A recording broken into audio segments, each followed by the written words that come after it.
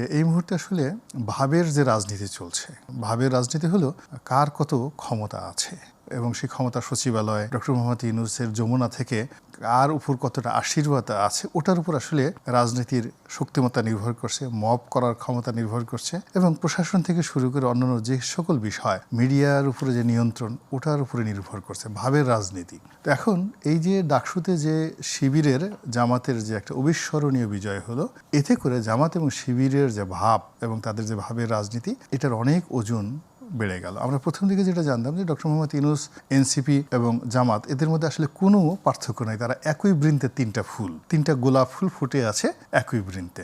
মধ্যে যখন ডক্টর মোহাম্মদ ইউনূসের সঙ্গে তারেক রহমান সাহেবের বৈঠক হলো তখন আমরা বললাম যে কি অবস্থা, গোলাপ ফুলের বাকি দুটো ফুল কি বৃন্ত থেকে ঝরে পড়লো, এনসিপি কি আলাদা হয়ে গেল? তারপরে যখন এই জুলাই কি একটা ঘোষণাপত্র প্রকাশ করা হলো আগস্টের 6 তারিখে বা 5 তারিখে, 6 তারিখে বোধহয় সম্ভবত 5 তারিখে, 5 আগস্টে এটা করা হয়েছিল।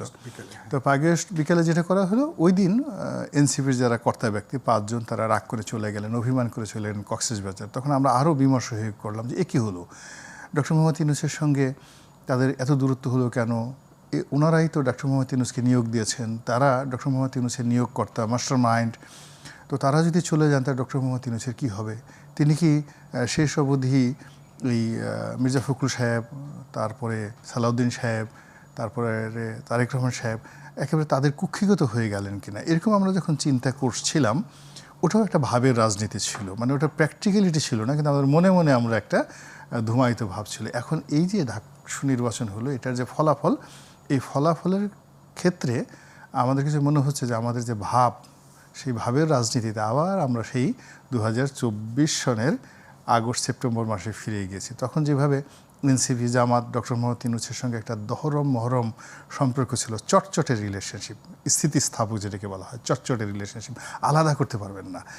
তো এই তিনটি শক্তি, যমুনার যে শক্তি, এনসিপির যে শক্তি এবং জামায়াতে ইসলামের যে শক্তি, এই তিনটে শক্তি আবার তারা এক হয়ে গেল। আর বিএনপি সঙ্গতির কারণেই এই যমুনা কেন্দ্রিক তাদের যে একটা ভাবসাব তৈরি হয়ে গিয়েছিল, এর থেকে তারা পিছিয়ে পড়লো। আজকের দিন পর্যন্ত আমার কাছে এটাই মনে হয়েছে। তার মানে ডাকসুর এই ফল আপনার কাছে মনে হচ্ছে একই বৃন্তে যারা তিনটি ফুল তাদের সমন্বয়ের একটা ফলাফল, নতুন একটা সমন্বয় হলো, নতুন একটা সমন্বয়। লন্ডন বৈঠকের পরে এই দুটো ফুল মানে একটা বৃন্তে। আপনার মনে হয় না যে শিক্ষার্থীরা স্বতঃস্ফূর্তভাবেই জামাতে ইসলামকে ছাত্র শিবিরকে ভোট দিয়েছে? না, এখানে স্বতঃস্ফূর্ত তো অবশ্যই, সবার মুখে হাসি ছিল এবং এখানে তো জোর করে পিস্তল ঠেকিয়ে কোনো ভোট দেওয়া হয়নি, তারপর শেষে কাউকে জোর করে বুথ ঢুকানো হয়নি, সবার মধ্যে একটা স্বতঃস্ফূর্ততা ছিল।